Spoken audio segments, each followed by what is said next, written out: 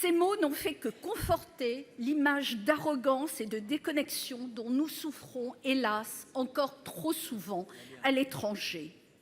Certes, le silence retentissant des Occidentaux face à l'intervention turque est une honte.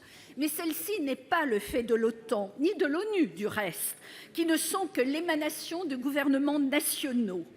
Il est facile, mais dangereux, et le Brexit nous l'a prouvé, de désigner les institutions supranationales comme boucs émissaires de nos manques de courage politique, et ce n'est guère constructif pour l'avenir de la sécurité mondiale.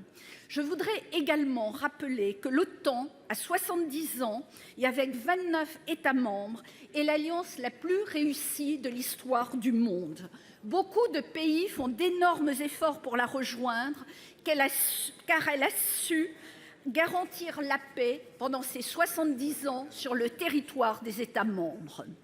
Certes, l'évolution de la situation géopolitique, avec la montée en puissance de nouveaux acteurs et le désengagement des États-Unis, doivent pousser l'Europe à repenser sa stratégie de sécurité et aller enfin vers cette défense européenne structurée et autonome que nous appelons de nos vœux depuis des années. Mais à l'heure où le Brexit affaiblit les dynamiques européennes de coopération en matière de sécurité et défense, où rares sont les pays européens à accepter de consacrer 2% de leur PIB à leur défense, et où par contre Russie, Chine, Turquie, Arabie Saoudite ont augmenté leur budget de défense de 30% en moyenne ces dernières années, il est d'autant plus important de ne pas éroder l'ancêtre de l'OTAN dont le Royaume-Uni est encore membre.